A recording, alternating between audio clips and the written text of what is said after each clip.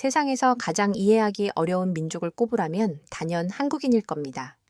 정치적으로는 서로 싸우면서도 국가적 위기에선 하나 되고 취업난과 집값에 힘들어하면서도 세계적인 문화 강국이 되었으며 이웃 나라들과 끊임없는 갈등 속에서도 글로벌 리더로 성장한 정말 이해하기 어려운 나라입니다.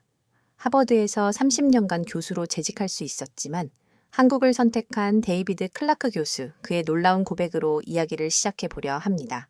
세계 최고의 IT 강국이면서도 아직도 현금을 선호하고 최첨단 반도체를 만들면서도 전통시장을 사랑하며 개인주의가 극도로 발달했으면서도 위기에서는 하나가 되는 도대체 이해할 수 없는 모순 덩어리. 한국인, 미국, 중국, 일본, 러시아라는 네 마리의 거대한 호랑이들 사이에서 단 한 번도 기가 죽지 않고 오히려 그들을 놀라게 하는 특별한 민족. 평소엔 치열하게 경쟁하다가도 국가대표 경기만 시작되면 하나가 되고 서로 싸우다가도 외국인이 한국을 비난하면 단결하는 신기한 민족. 도대체 한국인들은 왜 이럴까? 30년간 한국에서 살며 연구했던 미국 교수가 발견한 한국인의 가장 독특하고도 모순된 특징들, 그리고 그 속에 숨겨진 놀라운 비밀까지 지금부터 그의 충격적인 고백을 들어보시죠. 영상을 시작하기 전 구독과 좋아요 부탁드립니다. 안녕하세요. 저는 서울대학교 사회학과에서 30년간 교수로 재직한 데이비드 클라크입니다. 1994년 처음 서울대 캠퍼스에 발을 디뎠을 때가 생각나네요. 당시 미국 동료 교수들은 제 결정을 이해하지 못했습니다. 데이비드, 당신이 미쳤소. 하버드의 자리를 버리고 한국으로 간다고요? 한국 그저 중국과 일본 사이의 작은 나라잖아요. 그곳에서 무슨 의미 있는 연구를 할 수 있다고 생각하시나요? 하지만 저는 확신이 있었습니다. 1988년 서울올림픽 때 한국을 잠시 방문했었는데 그때 본 한국인들의 눈빛을 잊을 수 없었거든요. 전쟁의 폐허를 딛고 일어나 올림픽을 개최하기까지 그들의 여정에는 뭔가 특별한 것이 있었습니다. 관악산이 보이는 연구실에서 첫 수업 준비를 하던 그때 일본의 사카모토 교수가 보낸 이메일을 받았습니다. 클라크 교수님, 한국에서는 객관적인 연구가 어려울 겁니다. 그들은 지나치게 감정적이고 민족주의적이니까요. 도쿄 대학으로 오시는 게 어떨까요? 그러나 실제 제가 만난 한국은 달랑 편견으로 설명할 수 없는 나라였습니다. 첫 수업부터 받은 충격을 잊을 수가 없네요. 수업이 끝나고 늦은 시간까지 남아 질문하는 학생들, 새벽까지 도서관에서 공부하는 모습들.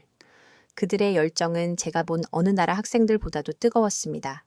특히 기억에 남는 제자가 있습니다. 김민수라는 학생이었죠. 1997년 IMF 외환위기 때 그의 아버지가 운영하던 회사가 부도나서 택시 운전을 시작하셨습니다. 민수는 낮에는 학교에서 공부하고 밤에는 편의점에서 아르바이트를 하며 학업을 이어갔죠. 그 즈음 중국의 왕 교수가 한국을 방문했을 때였습니다. 이제 한국은 끝났군요. 이런 작은 나라가 외환위기를 극복하는 건 불가능합니다. 그의 말에 저는 이렇게 답했습니다. 교수님, 한국인들의 저력을 잘 모르시는군요. 이 위기가 오히려 그들을 더 강하게 만들 겁니다. 실제로 그랬습니다.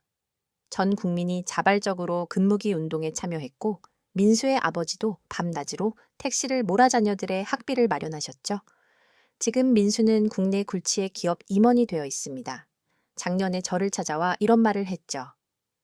교수님, EMF 때 아버지가 택시 운전하시는 걸 부끄러워했던 제가 부끄럽습니다. 그때 아버지의 그 모습이 있었기에 제가 여기까지 올 수 있었거든요. 2002년 월드컵은 또 다른 전환점이었습니다. 당시 미국의 스미스 교수가 한국을 방문했는데 거리에 붉은 물결을 보고 충격에 빠졌죠. 이해가 안 됩니다. 이렇게 많은 인파가 모였는데 왜 폭동이 일어나지 않는 거죠? 저는 웃으며 대답했습니다. 이게 바로 한국입니다. 질서 있는 열정 하나 된 마음으로 응원하면서도 서로를 배려하는 성숙한 시민의식이 있는 나라죠. 경기가 끝난 후 거리는 깨끗했고 모두가 질서정연하게 귀가했습니다. 스미스 교수는 자신의 편견을 인정했고 이후 한국에 대한 연구를 시작했다고 하더군요. 2008년에는 특별한 일이 있었습니다. 제 연구실에서 한국의 시민운동과 민주주의를 주제로 국제학술대회를 개최했는데 일본의 사카모토 교수가 다시 찾아왔습니다. 그는 광우병 촛불 집회 현장을 보더니 놀라워했죠. 이건 정말 놀랍네요. 일본에서는 상상할 수 없는 광경입니다. 이렇게 평화로운 시위라니. 맞습니다. 한국의 시위 문화는 세계 어디에서도 찾아보기 힘든 특별한 것이었습니다. 촛불을 들고 평화로운 의견을 표현하면서도 질서를 잃지 않는 모습. 이것이야말로 한국 민주주의의 성숙함을 보여주는 증거였죠. 제 연구실에는 특별한 물건이 하나 있습니다. 30년 동안 매일같이 찍은 창밖 풍경 사진들입니다. 1994년과 2024년의 사진을 나란히 놓고 보면 그 변화는 실로 놀랍습니다. 중국의 왕 교수가 최근에 이 사진들을 보더니 말했습니다. 놀랍군요. 우리는 한국을 따라잡았다고 생각했는데 여전히 배워야 할 게 많아 보입니다. 맞습니다. 한국은 단순히 외형적 성장을 이룬 것이 아닙니다. 민주주의의 성숙도, 시민의식의 수준, 문화적 영향력까지 모든 면에서 놀라운 발전을 이루었죠. 2020년 코로나19 사태는 이러한 한국의 저력을 전 세계에 다시 한번 증명하는 계기가 되었습니다. 당시 미국의 많은 동료들이 한국의 방역 시스템을 벤치마킹하고 싶다며 연락해왔죠. 특히 감동적이었던 것은 제자들의 모습이었습니다. 그들은 교수인 저를 걱정하며 마스크를 보내주었고 온라인 수업으로의 전환 과정에서도 놀라운 적응력을 보여주었습니다. K방역은 전 세계의 모범이 되었고 이는 제가 30년 전에 가졌던 확신, 이 틀리지 않았음을 증명해 주었죠. 얼마 전 하버드의 옛 동료가 저에게 물었습니다. 데이비드 30년 전 그 선택을 후회하지 않나요? 저는 확신을 가지고 대답했습니다. 단 한 번도 후회한 적 없습니다. 오히려 제가 인생에서 내린 가장 훌륭한 결정이었다고 자부합니다. 이제 곧 정년을 앞두고 있지만 매일 아침 연구실 창문을 열 때마다 여전히 설렙니다. 내일은 또 어떤 놀라운 변화를 목격하게 될지 한국은 늘 저의 이런 기대를 저버리지 않았으니까요. 물론 한국도 많은 문제를 안고 있습니다. 저출산 청년 실업 높은 집값 타지만 이런 문제들 역시 한국인들은 특유의 저력으로 해결해 나갈 것입니다. 그것이 바로 제가 30년간 지켜본 한국인의 모습이니까요. 한국인들의 진정한 위대함은 위기 속에서 더욱 빛난다. 이것이 바로 제가 30년간의 교수 생활을 통해 내린 결론입니다. 그리고 저는 확신합니다. 앞으로도 한국은 계속해서 세계를 놀라게 할 것입니다. 제 마지막 수업에서 학생들에게 이런 말을 했습니다. 여러분, 자부심을 가지세요. 여러분은 세계에서 가장 역동적이고 가장 창의적이며 가장 회복력 있는 민족의 후예들입니다. 한국인의 DNA에는 위기를 기회로 바꾸는 지혜, 서로를 배려하는 마음, 그리고 더 나은 미래를 향한 끝없는 열정이 있습니다. 이것이야말로 어떤 강대국도 가질 수 없는 한국만의 위대한 유산입니다. 지난 30년간 한국에서 살며 가장 많이 받았던 질문이 있습니다. 교수님, 한국인들이 가진 가장 큰 특징, 뭐라고 생각하세요? 처음에는 이 질문에 대한 답을 찾기가 쉽지 않았습니다. 한국인들은 때로는 너무나 모순적으로 보였기 때문입니다. 2019년 일본의 마사키 교수가 제 연구실을 방문했을 때의 일입니다. 그날 우리는 강남역 근처의 한 카페에 앉아 있었죠. 클라크 교수, 저건 좀 이해가 안 되네요. 마사키 교수가 가리킨 곳에는 두 개의 풍경이 공존하고 있었습니다. 한쪽에서는 직장인들이 바쁘게 스마트폰으로 업무를 보고 있었고 다른 한쪽에서는 할머니들이 모여 소박하게 차를 마시며 이야기를 나누고 있었죠. 이게 바로 한국입니다. 전통과 현대가 충돌하는 것이 아니라 자연스럽게 공존하죠. 하지만 이것은 한국인의 특성 중 하나일 뿐이었습니다. 더 놀라운 것은 1997년 EMF 외환위기 때 목격했던 광경이었죠. 당시 중국의 리우 교수는 이렇게 말했습니다. 한국은 이제 끝났어요. 이런 작은 나라가 EMF 구제금융이라는 치욕을 어떻게 극복할 수 있겠습니까? 그러나 그가 몰랐던 것이 있었습니다. 바로 위기 앞에서 하나가 되는 한국인들의 놀라운 단결력이었죠. 1918년 1월 제 제자 중 한 명인 정유미의 어머니께서 금 배지를 들고 오신 날을 잊을 수가 없습니다. 교수님, 이건 제가 결혼할 때 시어머니께서 주신 거예요. 하지만 지금 나라가 더 필요로 하니까 그 배지에는 작은 상처가 나 있었습니다. 떼어내기 전까지 30년 넘게 한복 안에 고이 간직해왔다고 하셨죠. 그날 저녁 뉴스에서는 전국 각지에서 근무 후기 운동에 동참하는 시민들의 모습이 보도되었습니다. 당시 미국의 로버트 교수가 한국을 방문했을 때 그는 이렇게 비웃었죠. 근무 후기, 그게 무슨 소용이 있나요? 경제 위기는 감성적인 대응으로 해결될 수 없습니다. 하지만 그는 한국인들의 진정한 저력을 몰랐던 겁니다. 근무 후기 운동은 단순한 금액의 문제가 아니었습니다. 그것은 우리가 함께하면 어떤 위기도 이겨낼 수 있다는 희망의 메시지였죠. 2002년 월드컵 때는 또 다른 모순적인 모습을 발견했습니다. 평소에는 개인주의적으로 보이던 젊은이들이 붉은 악마가 되어 하나로 뭉쳤죠. 거리는 온통 붉은 물결이었습니다. 일본의 다나카 교수는 이렇게 말했습니다. 이해가 안 됩니다. 이렇게 많은 사람들이 모였는데 왜 무질서하지 않은 거죠? 일본에서는 상상도 할 수 없는 일입니다. 경기가 끝난 후의 모습은 더욱 놀라웠습니다. 수만 명의 인파가 자발적으로 쓰레기를 줍고 질서정연하게 귀가했죠. 이것이 바로 한국인들의 또 다른 특징이었습니다. 열정적이면서도 질서를 지키는 얼핏 보면 모순적인 이 특성이야 말로 한국의 힘이었죠. 2008년에는 특별한 학생을 만났습니다. 박민지라는 학생이었죠. 그녀의 할머니는 평생 시장에서 채소를 파시던 분이었는데 손녀의 등록금을 위해 새벽부터 밤 늦게까지 일하셨습니다. 할머니께서 항상 하시는 말씀이 있어요. 내가 공부해서 나중에 우리나라를 더 좋은 나라로 만들어야 한다고요. 민지는 결국 장학금을 받으며 공부를 마쳤고 지금은 국제기구에서 개발도상국의 교육 지원 사업을 담당하고 있습니다. 얼마 전 그녀에게서 편지를 받았습니다. 교수님 할머니의 채소 가게에서 배운 소중한 가치들을 이제 제가 세계의 어려운 아이들에게 전하고 있어요. 한국인의 교육열이 이제는 세계의 희망이 되고 있답니다. 이처럼 한국인들의 특성은 참으로 다면적입니다. 개인주의적이면서도 위기에서는 놀라운 단결력을 보이고 전통을 지키면서도 새로운 변화를 주도하며 치열한 경쟁 속에서도 따뜻한 정을 잃지 않습니다. 2020년 코로나19 사태는 이러한 특성이 지별적으로 드러난 사례였습니다. 당시 미국의 앤더슨 교수는 이렇게 말했죠. 마스크 착용을 강제하지 않는데도 모든 시민들이 자발적으로 착용하다니 도대체 어떻게 된 일인가요? 그것은 바로 한국인들만의 특별한 시민의식이었습니다. 자유를 추구하면서도 공동체를 위한 배려를 잃지 않는 그런 성숙한 시민의식 말이죠. 2023년 베이징 대학의 장 교수가 한국을 방문했을 때의 일입니다. 그는 한강공원에서 치맥을 즐기는 젊은이들과 새벽 등산을 하는 노인들을 번갈아 보더니 이렇게 말했습니다. 정말 이해하기 어려운 나라군요. 이렇게 열심히 일하면서도 이렇게 열심히 즐길 수 있다니 제가 답했습니다. 그게 바로 한국인의 특별함입니다. 모순된 것처럼 보이는 것들의 완벽한 균형이죠. 지난해 제 수업에서 있었던 일입니다. 한 학생이 이런 질문을 했죠. 교수님, 한국인들의 이런 특성이 때로는 단점이 되지 않을까요? 저는 이렇게 대답했습니다. 물론 그럴 수도 있겠죠. 하지만 중요한 것은 그런 특성들이 위기의 순간에 오히려 강점이 된다는 겁니다.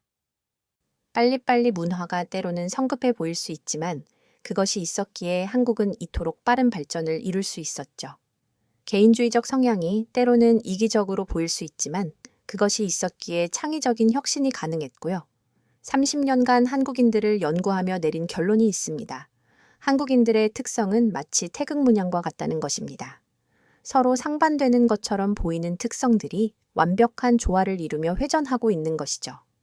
그리고 그 회전의 에너지야말로 한국을 계속해서 발전시키는 원동력이 되고 있습니다. 한국인들은 모순 속에서 조화를 발견하고 위기 속에서 기회를 찾아내는 특별한 DNA를 가지고 있습니다. 이것이야말로 어떤 민족도 쉽게 따라할 수 없는 한국인만의 독특한 저력이 아닐까요? 1994년 제가 처음 한국에 왔을 때였습니다. 하버드 동료 교수가 보내온 팩스에는 이런 내용이 적혀 있었죠. 데이비드, 방금 통계 자료를 확인했네. 한국의 평균 IQ가 160이라고 분명 오타일 거야. 아시아의 작은 나라가 어떻게 그럴 수 있지? 그러나 그것은 오타가 아니었습니다. 오히려 그 수치는 해가 갈수록 상승했고 지금은 세계 최상위권을 유지하고 있죠. 하지만 이런 숫자의 이면에는 놀라운 이야기들이 숨어 있습니다. 2000년 제 연구실의 조교였던 김지훈 학생의 이야기를 들려드리고 싶네요. 그의 할아버지는 문맹이었지만 손자만큼은 교육을 제대로 시켜야 한다며 새벽부터 밤까지 일하셨다고 합니다. 우리 할아버지는 글을 몰라서 장부도 못 쓰셨어요. 대신 막대기로 땅바닥에 그림을 그려가며 장사를 하셨죠. 그런 할아버지께서 제게 늘 하시던 말씀이 있었어요. 지훈아, 한글은 내가 가진 가장 큰 무기다. 이걸로 세계를 품어라. 그렇습니다. 한국의 문맹률은 현재 1% 미만입니다. 세계에서 가장 낮은 수준이죠. 이것은 단순한 숫자가 아닙니다. 한글이라는 과학적 문자 체계와 한국인들의 교육열이 만들어낸 기적입니다. 2005년 일본의 나카무라 교수가 한국을 방문했을 때의 일입니다. 그는 서울의 한 고등학교를 방문한 후 충격에 빠졌습니다. 믿을 수 없군요. 자전까지 공부하는 학생들이 이렇게 많다니. 이건 교육열이 아니라 교육광입니다. 저는 그에게 이렇게 답했습니다. 교수님, 그들에게는 선택의 여지가 없었습니다. 자원 없는 작은 나라에서 오직 사람의 힘으로만 일어서야 했으니까요. 실제로 한국의 교육 통계는 세계를 놀라게 합니다. OECD 국가 중 대학 진학률 1위 수학과학 성취도 최상위권. 하지만 이 숫자들 속에는 가슴 아픈 이야기도 있습니다.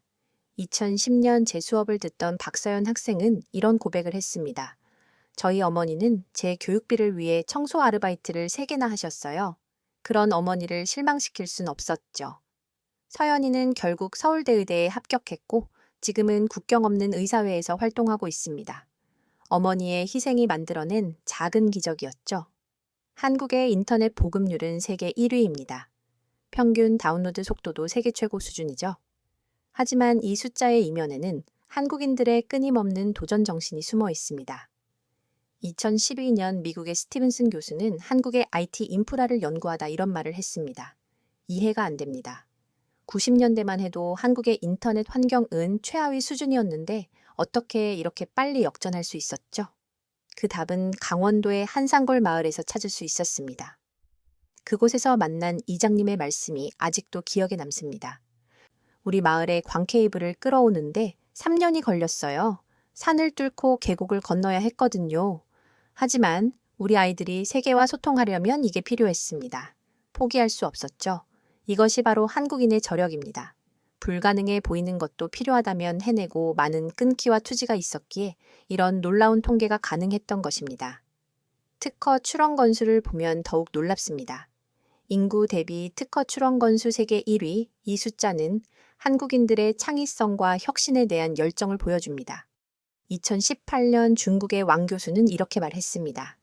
우리는 훨씬 많은 연구원과 예산을 투입하는데 왜 한국의 특허 경쟁력을 따라잡을 수 없는 걸까요?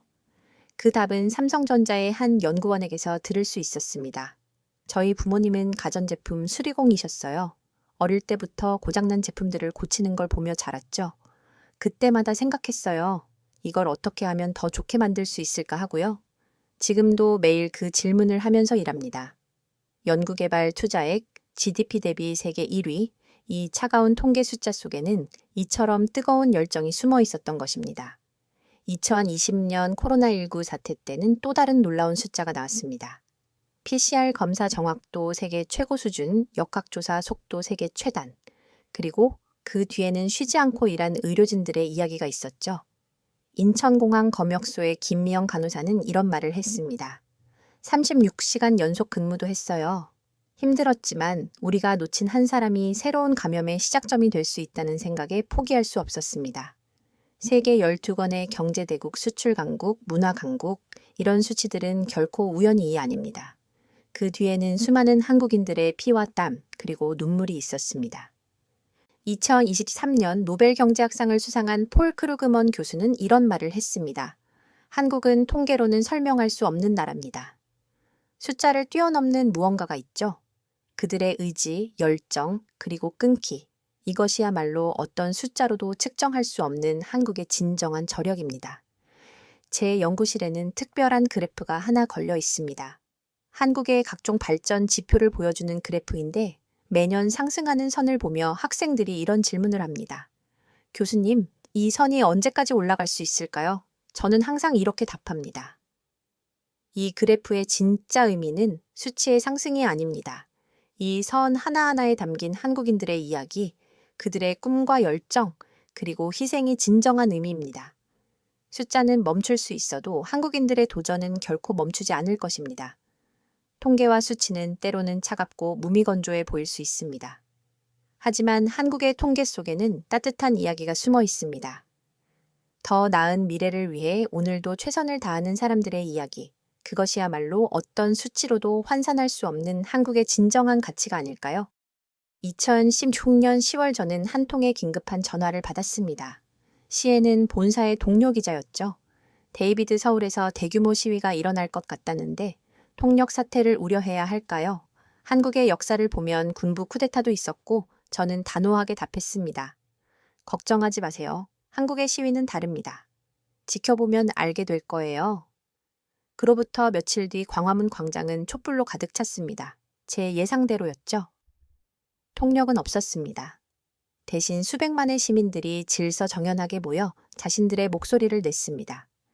당시 저는 중국 베이징 대학의 장 교수와 함께 광장을 찾았습니다. 그의 표정은 충격으로 가득했죠. 믿을 수 없군요. 이렇게 많은 사람들이 모였는데 경찰과 충돌이 없다니 천안문 사태를 겪은 우리로서는 상상도 할 수 없는 광경입니다. 실제로 그날 광장의 모습은 경이로웠습니다. 어린 자녀의 손을 잡은 부모들, 하얀 가운을 입은 의사들, 교복 차림의 학생들, 각계각층의 시민들이 하나가 되어 촛불을 들었습니다. 그때 제 제자 중 한 명이었던 김지우가 자원봉사자로 참여하고 있었습니다. 그녀는 성산동에서 온 할머니 한 분을 부축하고 있었죠. 할머니, 여기 앉으세요. 따뜻한 차 한 잔 드시면서 쉬었다 가시면 좋겠어요. 고마워요. 내가 다리가 불편해서 오래 서 있지 못하지만 우리나라의 미래를 위해서라면 그 순간 저는 깨달았습니다. 이것이 바로 한국 민주주의의 진정한 모습이구나. 세대를 초월해 서로를 배려하고 평화롭게 하나가 되는 이 모습이야말로 한국만이 가진 특별한 힘이었습니다. 일본의 아사히 신문 특파원이 제게 물었습니다. 교수님, 어떻게 이런 게 가능한가요? 일본에서는 상상도 할 수 없는 광경입니다. 저는 이렇게 답했습니다. 이건 오랜 시간 동안 쌓아온 민주주의의 경험입니다. 4.19 혁명, 5.18 광주민주화운동, 6월 항쟁 그 과정에서 한국인들은 평화적 저항의 힘을 배웠습니다. 2024년 12월 또 한 번의 역사적인 순간이 찾아왔습니다. 윤석열 대통령의 비상계엄령 선포에 반대하는 시민들이 여의도 거리로 쏟아져 나왔죠. 특히 인상적이었던 것은 정치적 성향, 이 다른 시민들이 서로 대화를 나누는 모습이었습니다. 보수와 진보가 함께 민주주의를 위해 광장에 모였죠. 영남과 호남이 하나 되어 목소리를 냈고 여러 세대가 서로를 이해하며 한 곳을 바라보았습니다. 하버드 대학의 스티븐스 교수가 급히 한국을 방문했습니다. 그는 민주주의의 위기를 연구하는 학자였죠. 데이비드, 이번에는 다를 것 같아요. 계엄령이라니 군부 개입의 가능성은 없을까요? 저는 그를 여의도로 데리고 갔습니다. 그곳에서 우리는 놀라운 광경을 목격했죠. MZ 세대들이 주도하는 평화 시위였습니다. 그들은 SNS로 실시간 소통하며 질서 정연하게 시위를 이끌어갔고 현장에서는 세대 간 감동적인 연대가 이루어지고 있었습니다. 특히 인상적이었던 것은 시민질서 유지단의 활동이었습니다. 20대부터 60대까지 다양한 연령층의 시민들이 자발적으로 참여해 질서를 유지했죠. 그들은 노란 조끼를 입고 시위대 사이사이를 돌아다니며 쓰러진 사람은 없는지, 도움이 필요한 사람은 없는지 살폈습니다. 한 젊은 회사원이 연세 지긋한 할아버지께 보온 병의 차를 따라드리는 모습이 눈에 띄었습니다. 할아버지, 저희가 꼭 이번에는 해내겠습니다. 87년의 할아버지 세대가 해주셨던 것처럼요. 고맙다. 너희를 보니 우리나라의 미래가 밝구나. 중국의 리우 교수는 이 광경을 보며 고개를 절레절레 흔들었습니다. 이해가 안 됩니다. 어떻게 이렇게 평화로울 수가 있죠? 저는 웃으며 대답했습니다. 이게 바로 한국식 민주주의입니다. 분노화돼 품위 있게 저항화돼 평화로 보해. 이건 오랜 시간 동안 한국인들이 만들어 온 특별한 문화죠. 12월 14일 대통령 탄핵 소추안 이 국회를 통과했다는 소식이 전해졌을 때도 광장은 평화로웠습니다. 시민들은 환호성을 지르는 대신 묵묵히 촛불을 들어 올렸고 자발적으로 주변 청소를 시작했습니다. 프랑스의 르몽드 특파원은 이렇게 말했습니다. 이것은 혁명이 아닙니다. 축제입니다.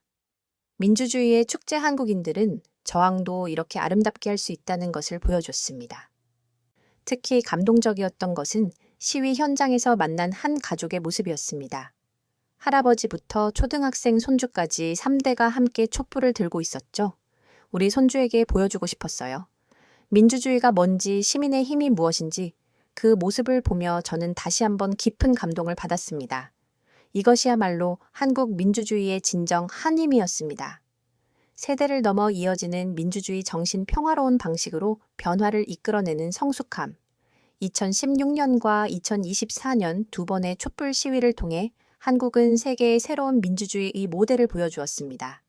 폭력 없이도 강력한 변화를 이끌어낼 수 있다는 것, 세대와 계층을 초월한 시민들의 연대가 가능하다는 것, 그리고 무엇보다 저항도 품위 있게 할 수 있다는 것을 말입니다.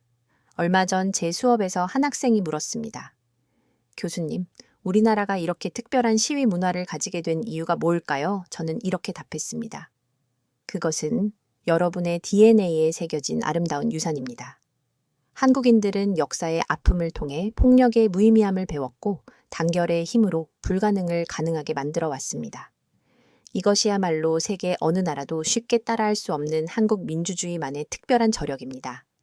촛불은 꺼졌지만 그 불빛은 여전히 우리 마음속에 살아 있습니다. 그리고 저는 확신합니다. 이 빛나는 유산은 앞으로도 계속해서 한국 민주주의의 길을 밝혀줄 것이라고 말입니다. 2019년 초 애플의 수석 부사장이 제게 흥미로운 질문을 던졌습니다. 교수님, 도대체 한국 소비자들은 왜 이렇게 까다로운가요? 전 세계 어디에서도 이런 평가는 받아본 적이 없었는데 그는 방금 서울에서 열린 신제품 출시 행사를 마치고 돌아가는 길이었습니다. 행사장에서 한국 소비자들은 제품의 사소한 결함까지 지적했고 SNS에서는 이미 전문가 수준의 상세한 리뷰가 퍼지고 있었죠. 그들의 까다로움이 바로 당신들의 기회입니다. 제 대답에 그는 의아한 표정을 지었습니다. 2020년 삼성전자 연구소에서 있었던 일입니다. 저는 한 젊은 연구원의 말에 깊은 인상을 받았습니다. 우리 어머니는 전자제품 매장에서 20년간 일하셨어요. 어머니가 늘 하시는 말씀이 있죠. 우리 손님들은 세계에서 가장 까다로운 심사위원이다. 이분들을 만족시키면 세계 어디서든 성공할 수 있다고요. 실제로 한국의 소비자들은 특별했습니다. 새로 나온 제품의 성능을 꼼꼼히 따져보고 개선점을 제안하며 때로는 기업보다 더 앞선 아이디어를 제시하기도 했죠. 2021년 중국의 샤오미 부회장이 한국 시장 진출을 포기하며 이런 말을 했습니다. 한국은 너무 어려운 시장입니다. 소비자들의 요구사항이 끝이 없어요. 이에 대해 일본의 소니 전 회장은 다른 의견을 내놓았습니다. 우리는 실수를 했습니다. 한국 시장을 피한 것이 결과적으로 우리는 세계에서 가장 혁신적인 테스트베드를 놓친 거죠. 특히 인상적이었던 것은 2022년 테슬라의 한국 진출 과정이었습니다. 일론 머스크는 처음에 한국 소비자들의 반응을 무시했다가 큰 곤란을 겪었죠. 한국 소비자들은 마치 전문 엔지니어처럼 문제점을 지적합니다. 처음에는 짜증이 났지만 이제는 그들의 피드백이 우리의 가장 큰 자산이 되었습니다. 실제로 테슬라의 주요의 업데이트 중 상당수가 한국 소비자들의 제안에서 시작되었다고 합니다. 작년에는 재미있는 일이 있었습니다. 구글의 한 임원이 자사의 AI 스피커를 한국에서 테스트하겠다고 발표했을 때 경쟁사인 아마존의 임원이 강하게 반발했죠. 한국에서의 테스트 결과가 전 세계 시장의 기준이 되어버립니다. 이건 불공정한 경쟁이에요. 이에 대해 저는 이렇게 설명했습니다. 그만큼 한국이 글로벌 스탠다드를 만들어내는 시장이 되었다는 뜻입니다. 한국의 소비자들이 이렇게 까다로워진 데에는 이유가 있었습니다. 제 제자 중 한 명인 박성민의 이야기가 떠오르는군요. 우리 아버지는 80년대 전자제품 수리공이셨어요. 그때는 외국 제품들이 비쌌기 때문에 고장나면 꼭 고쳐서 써야 했죠. 그러다 보니 자연스럽게 제품의 구조와 원리를 알게 되셨고 그런 경험이 우리 세대에게도 이어진 것 같아요. 이런 배경이 있었기에 한국의 소비자들은 단순한 사용자가 아닌 전문가적 소비자로 성장할 수 있었던 것입니다. 최근에는 더 놀라운 현상이 일어나고 있습니다. 글로벌 기업들이 한국에서의 성과를 자사의 핵심 마케팅 포인트로 내세우기 시작한 것이죠. 한국에서 인정받은 기술력 까다로운 한국 소비자들이 선택한 제품, 이런 광고 문구들이 전 세계에서 통용되고 있습니다. 한국이 이제는 단순한 시장이 아닌 글로벌 품질의 인증자가 된 것이죠. 지난달에는 특별한 행사가 있었습니다. 세계 주요 IT 기업들의 연구소장들이 모인 자리였죠. 그들은 이구동성으로 이렇게 말했습니다. 우리는 이제 더 이상 실리콘밸리만을 주목하지 않습니다. 한국에서 어떤 트렌드가 형성되는지, 어떤 피드백이 나오는지가 더 중요해졌죠. 특히 인상적이었던 것은 메타의 연구소장의 말이었습니다. 우리가 개발한 VR 기기의 첫 번째 버전은 완벽하다고 생각했습니다. 그런데 한국 출시 일주일 만에 300개가 넘는 개선점이 제안되었죠. 처음에는 충격이었지만 이제는 감사하게 생각합니다. 그들의 피드백 덕분에 우리 제품은 완벽해질 수 있었으니까요.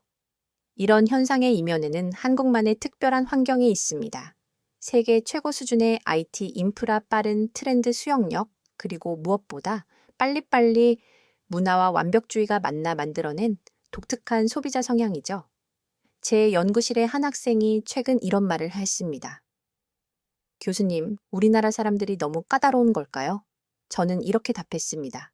그게 바로 너희들의 강점이야. 세계 어느 나라도 이렇게 혁신적이고 까다로운 소비자들을 가진 나라는 없어. 이건 한국이 가진 특별한 자산이지. 실제로 한국의 소비자들은 단순한 제품 사용자가 아닙니다. 그들은 혁신의 조력자이자 때로는 혁신을 주도하는 선구자가 되었습니다. 최근 MIT 공대의 한 교수가 이런 말을 했습니다. 미래의 제품을 미리 경험하고 싶다면 한국에 가보세요. 그들은 이미 우리가 상상하는 미래를 살고 있습니다. 이것이 바로 한국이 가진 특별한 힘입니다. 까다로운 소비자들이 있었기에 삼성, 현대, LG와 같은 글로벌 기업들이 성장할 수 있었고, 이제는 그들이 다시 세계의 기준이 되고 있는 것입니다. 한국은 더 이상 제품을 받아들이기만 하는 시장이 아닙니다. 이제는 전 세계의 혁신을 이끄는 동력이 되었죠. 이것이 제가 30년간의 연구를 통해 내린 결론입니다. 그리고 저는 확신합니다. 앞으로도 한국은 계속해서 세계의 혁신을 선도할 것이라고 말입니다. 2024년 12월 말 제 마지막 강의가 있던 날이었습니다. 30년간의 한국 생활을 마무리하는 자리였죠. 강의실은 제자들과 동료 교수들로 가득 찼습니다. 그날 제가 던진 마지막 질문이 있습니다. 여러분, 한국의 가장 큰 특징이 무엇이라고 생각하나요?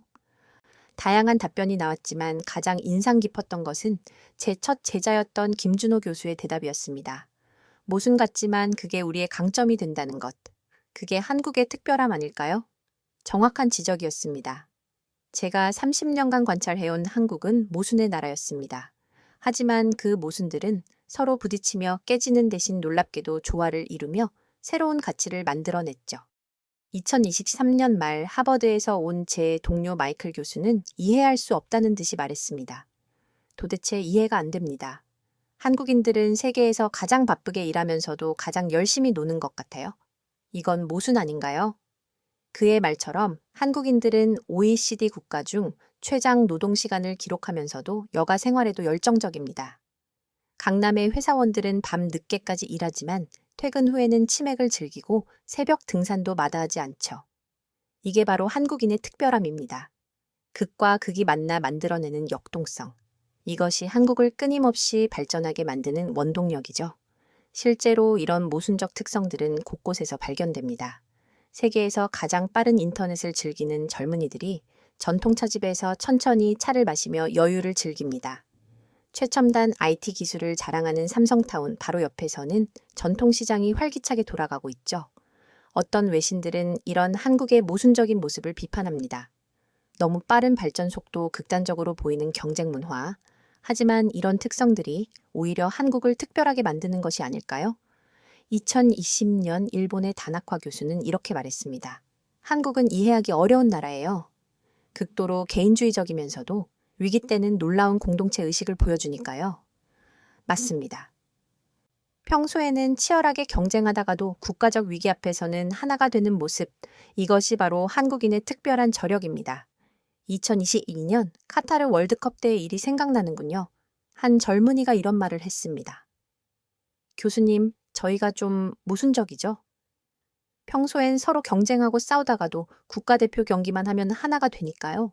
저는 이렇게 답했습니다. 그게 바로 너희들의 강점이야.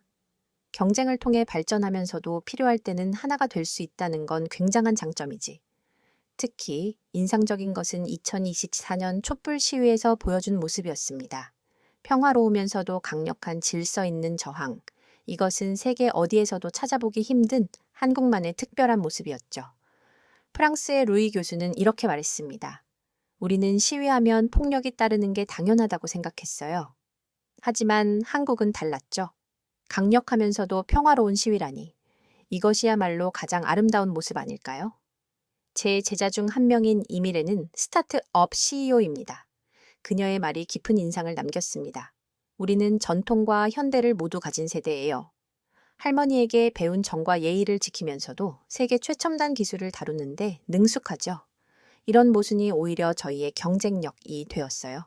실제로 한국의 청년들은 놀라운 균형 감각을 가지고 있습니다. 글로벌 트렌드를 선도하면서도 전통 문화의 가치를 잊지 않고 치열한 경쟁 속에서도 정을 잃지 않는 모습. 이것이야말로 한국의 미래를 밝게 만드는 원동력입니다. 2023년 말 구글의 한 임원이 특별한 고백을 전했습니다. 처음에는 한국 시장이 이해가 안 됐어요. 너무 빨리 변하면서도 어떤 면에서는 너무 보수적이었거든요. 하지만 이제는 알겠습니다. 그 모순적인 특성이 오히려 혁신을 만들어내는 원동력이 되는 거죠. 맞습니다. 한국은 모순의 나라입니다. 하지만 그 모순들은 서로 부딪히며 깨지는 대신 놀랍게도 새로운 가치를 만들어냅니다. 빨리빨리 문화와 장인 정신이 만나 세계적인 제품을 만들어내고 개인주의와 공동체 의식이 결합해 새로운 형태의 사회운동을 만들어내며 전통과 현대가 조화를 이루며 K컬처의 신화를 만들어내고 있습니다. 얼마 전 제 마지막 수업에서 한 학생이 물었습니다. 교수님, 이런 모순적인 특성들이 미래에도 우리의 강점이 될 수 있을까요? 저는 확신을 가지고 답했습니다. 그럼요. 오히려 앞으로가 더 기대됩니다. 세상이 복잡해질수록 이런 모순을 조화롭게 다룰 줄 아는 능력이 더욱 중요해질 테니까요. 한국인들은 이미 그 능력을 가지고 있습니다. 30년 전 처음 한국에 왔을 때 저는 이 나라를 전혀 이해하지 못했습니다. 하지만 지금은 압니다. 한국의 진정한 매력은 바로 이 모순 속에 있다는 것을. 한국은 모순을 두려워하지 않습니다. 오히려 그것을 받아들이고 새로운 가치로 승화시키죠. 이것이야말로 한국이 가진 가장 큰 경쟁력이자 미래의 희망입니다. 이제 저는 30년간의 한국 생활을 마무리합니다. 하지만 확신합니다. 이 나라는 앞으로도 계속해서 세상을 놀라게 할 것입니다. 모순처럼 보이는 것들의 완벽한 조화를 통해 누구도 상상하지 못한 새로운 가치를 만들어낼 것입니다. 그리고 저는 그 모습을 지켜보는 특별한 증인이 되어 세상에 이렇게 말할 것입니다. 한국은 모순의 나라가 아닙니다. 모순을 조화로 바꾸는 마법을 가진 나라입니다. 여러분, 오늘 이야기는 여기까지입니다. 외국인의 시각으로 바라본 한국의 모습이 현실과 얼마나 일치한다고 보시나요? 다음 영상에서는 한국인의 또 다른 특별한 이야기를 준비했습니다. 구독과 좋아요를 하시면 새 영상이 올라오면 가장 먼저 만나보실 수 있답니다. 다음 영상에서 만나요.